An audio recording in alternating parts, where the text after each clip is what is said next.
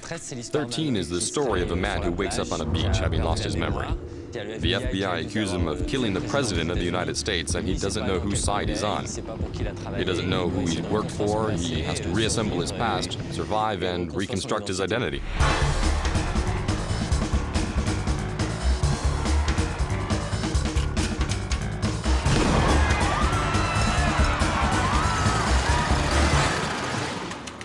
In fact, this was UB's first shooting game, so we had to buy in an outside engine, the Unreal Engine, which was used to make a lot of very well-known games.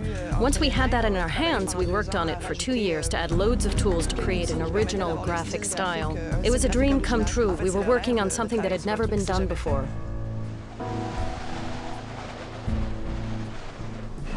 We did our best to avoid all the spatial, futuristic, and gothic cliches you get these days in video games.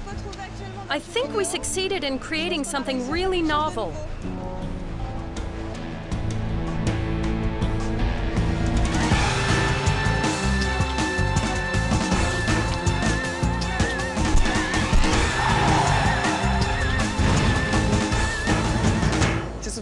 People often have this preconceived idea that the more drawn or cartoonish something looks, the easier it is to create. In fact, it's quite the opposite. We added the cartoon effect to the characters. It gives a comic strip 2D look to a 3D object. This effect is achieved by adding a thin black line around the characters, which looks like a pencil line, and the textural effects also help to make it look sketched.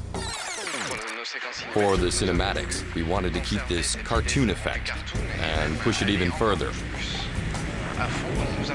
So we mixed the 3D, but 3D with the 2D rendering, with an ultra-simplified decor like you find in comic books.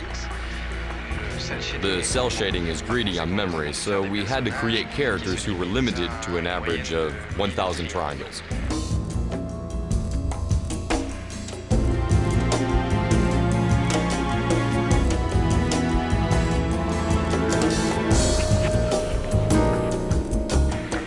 Since there are more than 60 characters, that meant quite a lot of work. It took up a year and a half of my life. We drew a lot of our inspiration from architects working between the 1920s and 50s, and we tried to incorporate this influence in our decors.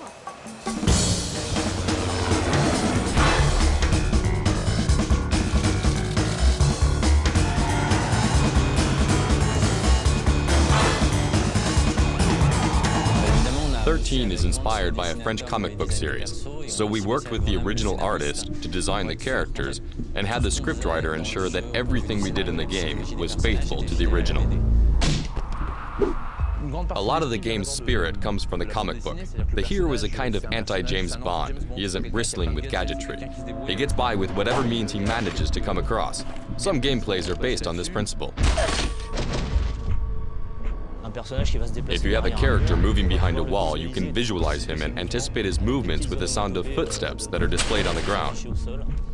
You can also take characters hostage to use them as human shields. You take the character, he suffers part of the damage for you, then once you finish with him, you get rid of him. At least it'll have been useful for a while.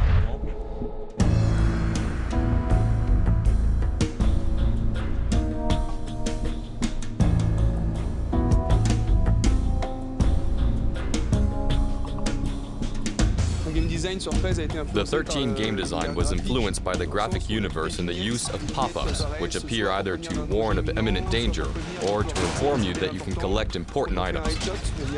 Another example is when you do a headshot, boxes appear to show an enemy falling.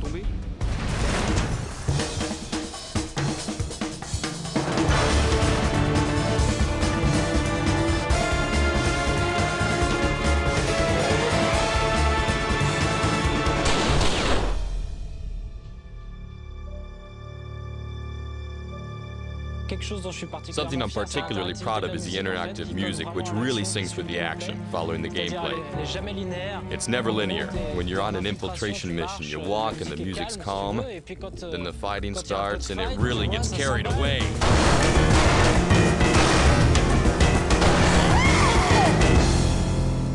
One of the things we put a lot of work into, and about which we asked a lot of questions, was the violence in the game. By producing a kind of comic book game, we were able to approach the violence from a different direction. Instead of gore and guts, blood and fractured bones, which everyone's seen countless times, we tried to create little cartoon-style scenes with different special effects and vocal utterances. The deaths are a little more overdone, but in the end, you don't take them too seriously. 13 looks like a great action game, but if you don't move around too much, it also looks like a comic book.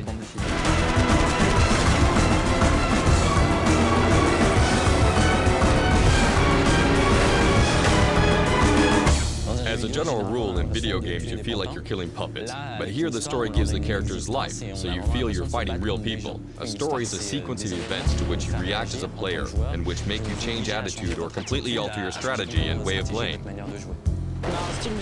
We use a very strong musical style, which draws on the 1960s and 70s, with composers like Lalo Schifrin, for example.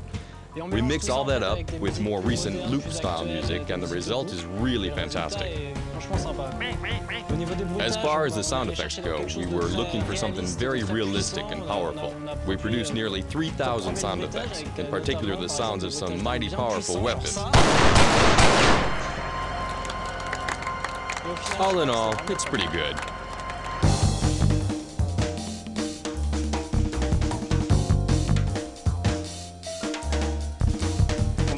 There are several multiplayer modes in the game, ranging from the single deathmatch to team deathmatch, capture the flag, and so on. And we created a few more other original modes, like sabotage mode, or another great one that's called capture the duck. But we'll leave you to discover that for yourself in the game.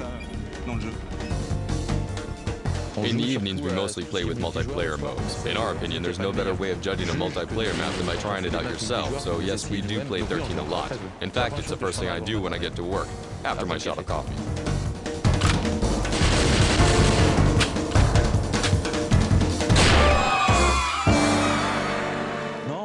Yeah, it's really great. You begin to get a taste for weapons, you enjoy handling them. Me, I really like...